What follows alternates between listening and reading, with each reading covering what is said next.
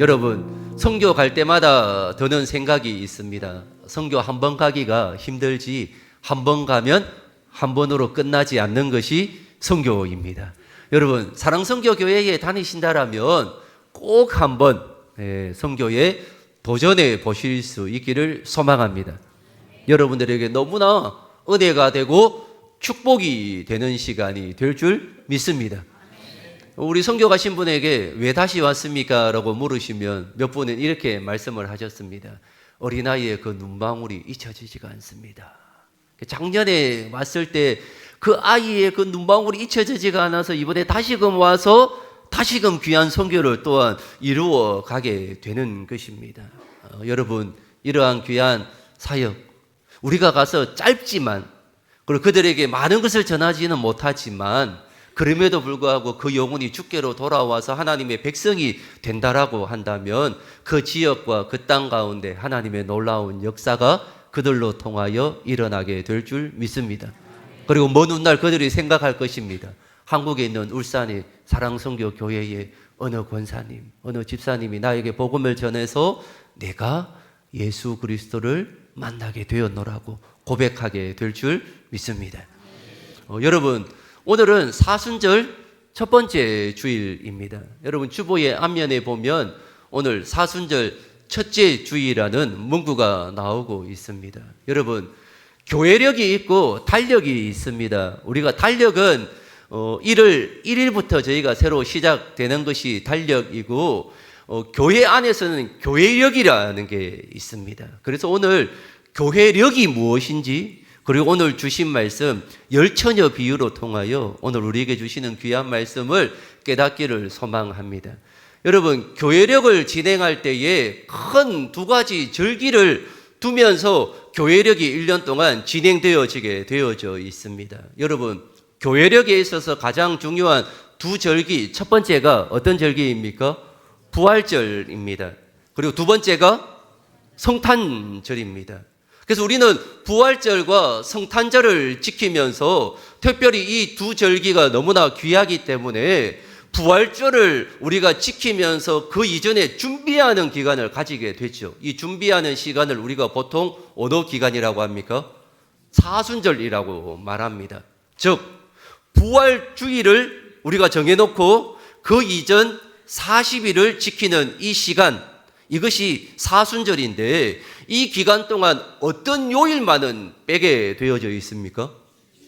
주일은 빼게 되어져 있습니다. 그럼 왜 주일은 빼게 되어져 있습니까? 의미가 있습니다. 그냥 빼는 게 아닙니다. 주일은 작은 부활절이기 때문에 빼는 것입니다. 사순절 안에 있지만 작은 부활절이기 때문에, 그러면 주일이 작은 부활절이다? 우리는 큰 부활절이 있지만 52주 예배 드릴 때마다 이 날을 어떤 마음으로 드리라는 겁니까? 작은 부활절처럼 지켜라는 것이죠. 감사와 기쁨과 은혜와 소망이 있는 시간이 되어지는 것입니다. 그런데 여러분, 부활절과 성탄절은 좀 다른 부분이 있는데 어떤 부분이 있는가 하면, 여러분, 성탄절은 언제입니까? 성탄절은요? 12월 25일입니다. 그럼 여러분, 부활절은 언제이죠? 부활절은 날짜가 정해져 있지 않습니다. 왜 그렇겠습니까, 여러분? 부활절은 양력과 음력이 같이 쓰여지는 절기이기 때문에 그렇습니다. 그러니까 부활절은 언제이냐? 충분히 지난 만월이 된 이후의 첫 주일이 부활절입니다. 여기에서 춘분은 어떤 날입니까? 낮과 밤의 길이가 같은 날입니다. 그래서 춘분 이후부터 낮의 길이가 길어지는 것이죠. 즉 어둠의 권세를 이기신 예수 그리스도를 의미하는 것입니다. 그래서 우리는 부활절을 지키기 위하여 40일이라는 이 사순절을 지키게 되고, 이 사순절 안에 주일은 빼게 되는데 작은 부활절이라서 빼게 되어져 있습니다. 그래서 항상 사순절은 어느 요일에 시작되는가 하면 수요일에 시작됩니다. 항상 그렇습니다. 그래서 이 수요일을 제2수요일이라고 하는 것이지요. 그리고 이번에 우리가 살펴볼 것은 성탄절입니다. 성탄절은 딱 정해져 있습니다. 12월 25일입니다. 그리고 이 성탄절 전 4주간을 우리가 무엇이라고 지키는가 하면 대강절이라고 지키는 것이죠. 그리고 이 대강절이 총 4번이 있게 되어집니다. 그러면 여러분, 이 대강절을 지킴에 있어서 우리는 달력의 시작은 1월 1일부터 시작되지 않습니까? 그럼 여러분에게 한번 질문해 봅니다. 교회력의 시작은 언제인 것 같습니까? 교회력의 시작. 제가 오늘 힌트를 드리자면 예배의 기원, 시작할 때에 기도에 이 부분을 제가 언급하면서 기도를 하였습니다. 언제인가 하면 교회력의 시작은 성탄절 전 4주 주일부터라고 말하고 있습니다. 그럼 언제겠습니까? 오늘입니다. 맞습니다. 네. 대강절 첫째 주일이 교회력의 시작입니다. 즉 오늘부터가 첫 해의 시작이라는 것입니다. 여러분, 우리가 사실 교회력을 잘 모르면서 지내왔지 않습니까? 대강절의 의미가 이런 의미이고 대강절 첫째 주일이 우리가 지키는 교회력의 시작임을 우리가 기억하셔야 되는 것이지요. 그래서 여러분, 왜 의문점이 하나 듭니다. 교회력은 예수님의 태어나심과 구원의 사역을 1년으로 따져서 이렇게 계속 반복되어지는 것입니다. 그럼 우리가 보통 생각해 볼 때는 교회력의 시작이 무엇으로부터 시작되었으면 하는가 하면 예수님의 탄생부터라고 생각을 보통 할 것입니다.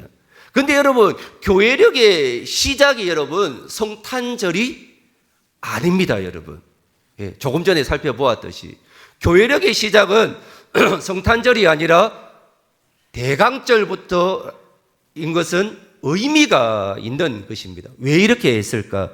교회력은 여러분 단순히 시간을 세는 달력이 아니라 예수 그리스도의 생애와 구원 사역을 1년 주기로 재현하는 과정입니다. 그래서 준비 없는 맞이함은 없기 때문입니다.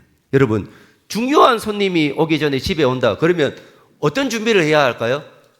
청소를 하고, 마음의 준비를 하고 그분이 오실 것을 잘 맞이하기 위한 준비를 하듯이 아기 예수님의 탄생을 맞이하기 위하여 회개하고 깨어 기다리는 준비 기간이 필수적이기 때문입니다. 그래서 여러분, 교회력의 시작은 예수님의 탄생부터가 아니라 기다림부터 시작되는 것입니다. 그래서 대강절 첫째 주일이 시작이구나라는 것을 기억하셔야 합니다.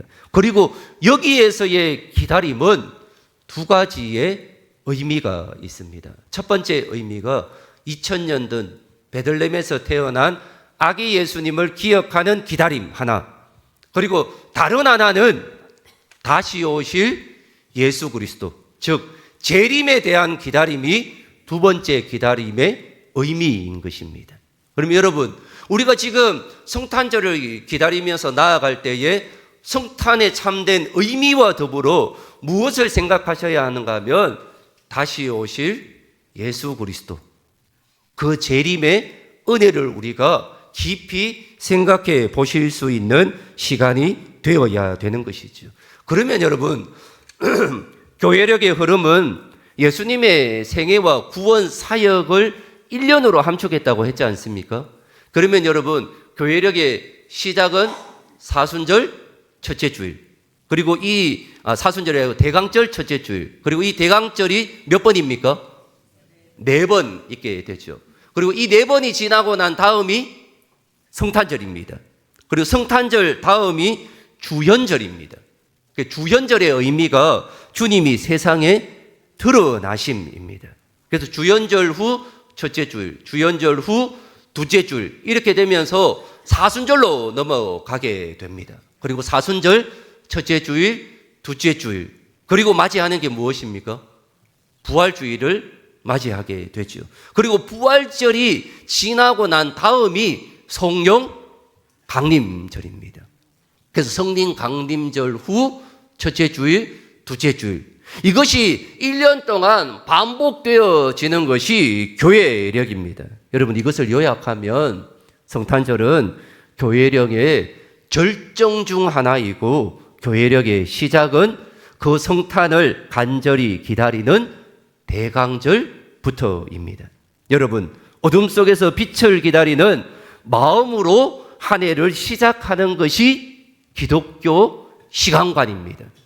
그래서 여러분, 강대상 앞에 초가 이렇게 있습니다. 여러분, 저 초에 의미가 있습니다. 여러분, 성탄절에 데코하라고 해놓은 것이 아닙니다. 여기 초가 몇 개 있습니까? 총 5개가 있습니다. 5개의 의미가 있겠죠. 여러분, 4개는 무엇을 의미하겠습니까? 대강절 숫자를 이야기하는 겁니다. 첫째, 둘째, 셋째, 넷째. 그리고 마지막 하나가 성탄절에 켜는 촛불입니다. 매주 주일마다 하나씩 촛불을 늘려가며 세상이 점점 밝아지는 것을 의미하는 것입니다. 그러면서 저것을 보면서 우리가 무엇을 생각해야 되는가 하면 나에게 주시는 사명을 생각하셔야 합니다. 어떤 사명인가 하면 빛과 소금의 사명을 기억하셔야 합니다. 예수님이 이 땅에 오신 이유가 무엇입니까? 우리의 죄를 위하여 구원받기 위하여 그리고 이 세상에 빛이 되기 위하여 오셨지 않습니까?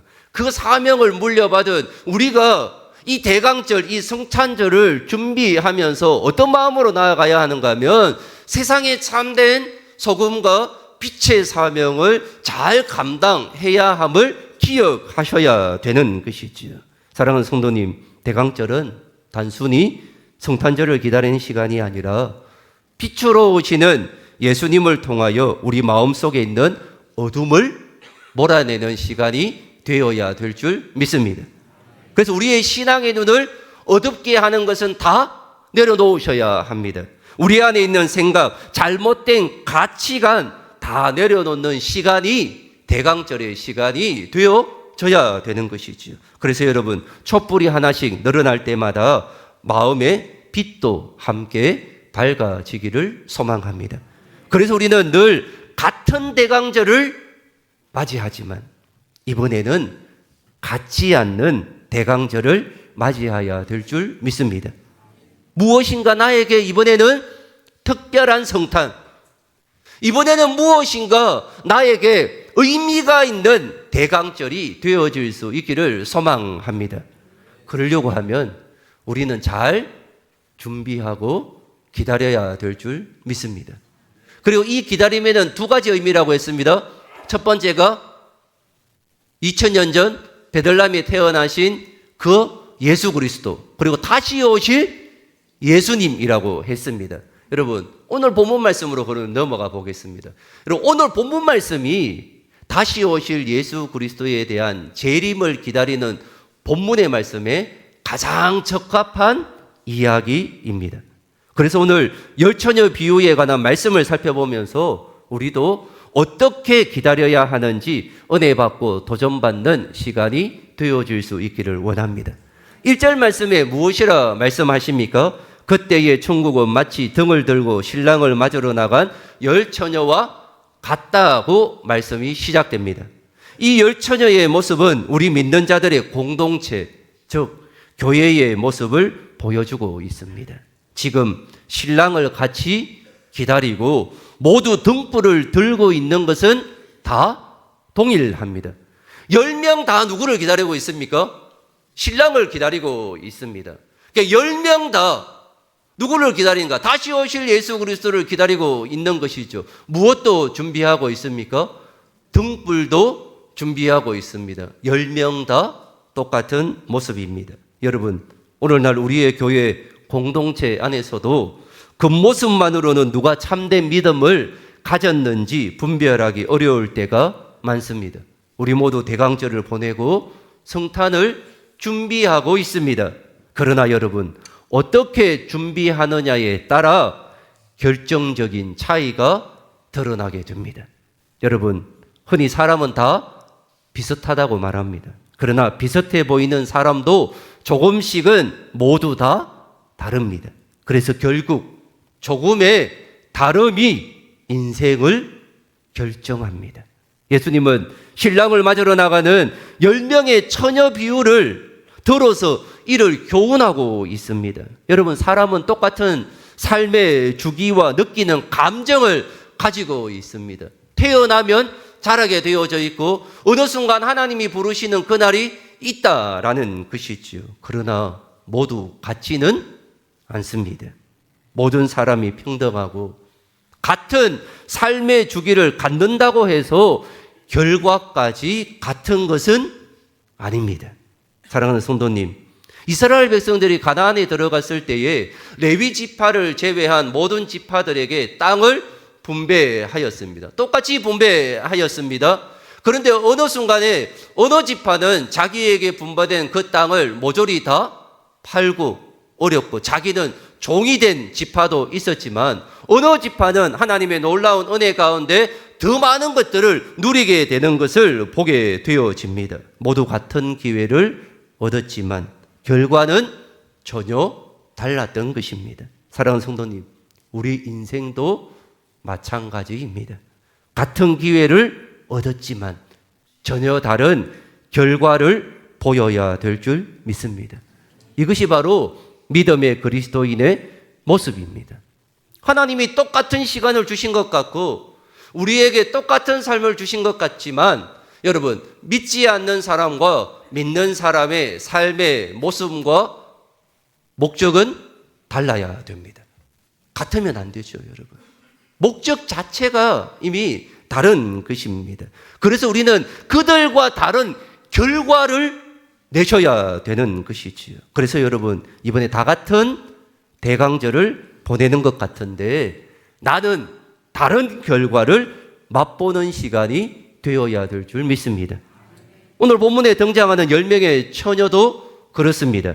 그녀들은 신랑을 기다리고 있다는 점에서는 같습니다. 그러나 그중 5처녀는 나머지 5처녀보다 슬기로워서 등도 함께 준비하였지만 또 무엇도 준비합니까? 충분한 기름도 준비합니다. 그리고 또 이 이야기의 핵심 메시지는 기름은 빌릴 수가 없다는 것입니다. 여기에 대한 설명은 잠시 후에 하도록 하겠습니다. 미련한 처녀는 등은 준비했지만 무엇은 준비하지 못했습니까? 기름은 준비하지 못했습니다. 여러분, 여기에서 등은 어떤 것을 의미하는 것입니까? 등은 성도들의 외형적인 신앙의 모습을 말하는 것입니다. 주일 되면 교회에 옵니다. 성경책 봅니다. 기도합니다. 외형적인 모습을 말하는 것입니다. 사랑하는 성도님, 미련한 처녀들은 그 모습은 갖추었지만 가장 중요한 본질적인 준비, 기름이 없었던 것이죠. 더 쉽게 말하면 경건의 모양은 있으나 경건의 능력은 없었던 것입니다. 사랑하는 성도님, 나는 어떻습니까? 경건의 모양도 있고 경건의 능력도 있는 믿음의 그리스도인이 되어질 수 있기를 원합니다.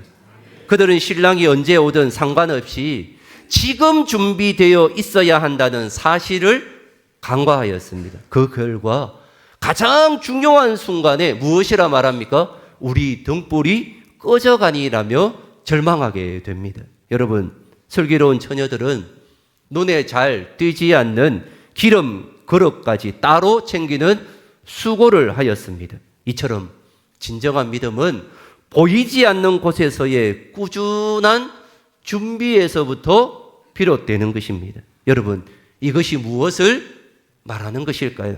그것은 바로 아무도 보지 않는 곳에서의 기도, 말씀 묵상, 회개, 사랑과 섬김의 실천이 바로 영혼의 등불을 밝힐 기름인 것입니다.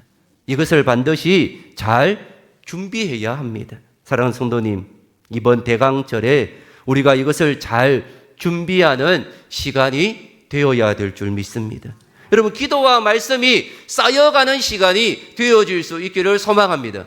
그래서 하나님이 나의 마음에 사랑과 긍휼히 여기는 마음을 주셔서 우리의 주변을 한번 돌아보시고 나의 도움의 손길이 필요한 곳은 없는지, 그들을 위하여 기도해야 할 부분이 없는지를 살펴보실 수 있는 사랑의 시간이 되어질 수 있기를 원합니다. 그리고 여러분, 잔치에 참여하기 위해서는 기름을 빌릴 수가 없다는 것은 무엇을 의미하는 것일까요? 이것의 의미는 우리가 하나님 앞에 설 때 누구도 나를 대신하거나 도와줄 수가 없음을 말하는 것입니다. 여러분, 각자가 자신의 믿음으로, 자신의 신앙으로 하나님 앞에 서야 합니다. 여러분, 이것을 꼭 명심해야 합니다. 내 아내의 신앙으로, 열심히 다니고 있는 내 부모님의 신앙으로 천국 갈 수는 절대로 없습니다. 누군가 대신할 수 없음을 꼭 기억해야 될 줄 믿습니다. 하나님 앞에 설 때 누구의 신앙으로 서는 겁니까? 나의 신앙으로 서는 겁니다. 나의 신앙으로. 이것을 꼭 기억하셔야 합니다. 그래서 결국 기름 준비를 하지 못한 어리석은 5 처녀는 혼인잔치에 들어갈 수가 없었습니다. 문을 열어달라고 애원하였지만 들려온 대답은 무엇이었습니까? 내가 너희를 알지 못한다는 대답이었습니다. 사랑하는 성도님, 이것은 오늘 우리에게 대강절이 주는 가장 엄중한 경고의 메시지입니다. 여러분, 영적인 준비, 곧 성령 충만함이나 구원의 믿음은 개인의 몫입니다. 대강절은 바로 지금이 준비할 때임을 깨닫게 하는 절기입니다. 그래서 여러분, 13절에 어떤 말씀을 하고 있습니까? 그런즉 깨어 있어라. 너희는 그날과 그때를 알지 못하느니라고 말씀하고 있습니다. 사랑하는 성도님, 오늘 본문은 대강절 첫째 주일을 보내는 우리에게 깨어 있어라고 말하고 있습니다. 그런데 여러분, 사단은 우리가 예수님을 잘 맞이하지 못하도록, 깨어 기다리지 못하도록 잠들게 만듭니다. 준비하지 못하게 하는 것이죠. 그러나 우리는 늘 깨어 있어야 합니다. 그것이 가장 지혜로운 성도의 인생인 줄 믿습니다. 사랑하는 성도님, 기름을 잘 준비함으로 예수님이 오시는 날 천국 잔치에 모두 참여하는 은혜를 누리실 수 있기를 원합니다. 그리고 여러분, 다 같이 맞이하는 대강절이지만 재림의 소망과 깨어 있음의 결단으로 잘 준비하고 기다리는 은혜의 대강절이 되기를 축원합니다.